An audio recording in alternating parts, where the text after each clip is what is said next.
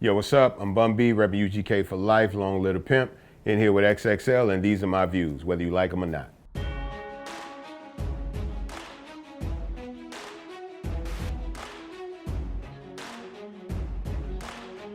Well, my view on rappers, spending a lot of money on jewelry is, from a later perspective, because obviously when I was their age, I did the same thing too. But the problem is that, what you pay for jewelry isn't necessarily what jewelry is worth. You know what I'm saying? If you pay $35,000 for a piece, it's probably only worth $35,000 to you. And if you try to sell that piece, you won't get anything near $35,000. Nowadays, as it was in my day, buying jewelry isn't really about the piece or what you're buying. It's the fact that you can buy it. You know what I'm saying? But spending a bunch of money to prove you got money is counterproductive, because the more money you spend to prove you got money, the less money you have. My views on fans doing too much at shows is chill.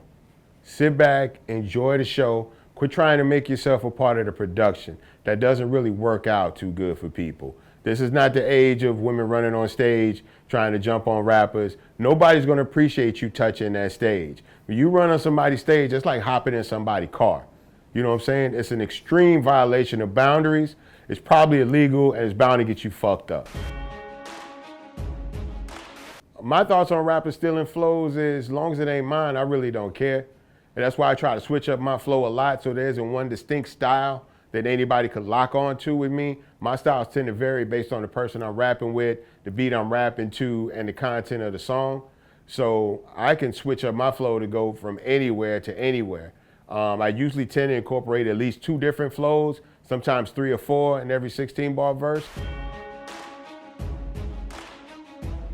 My views on Travis Scott are very simple. I'm super proud of this kid. Coming from where he comes from to make it to where he's made it at usually doesn't happen.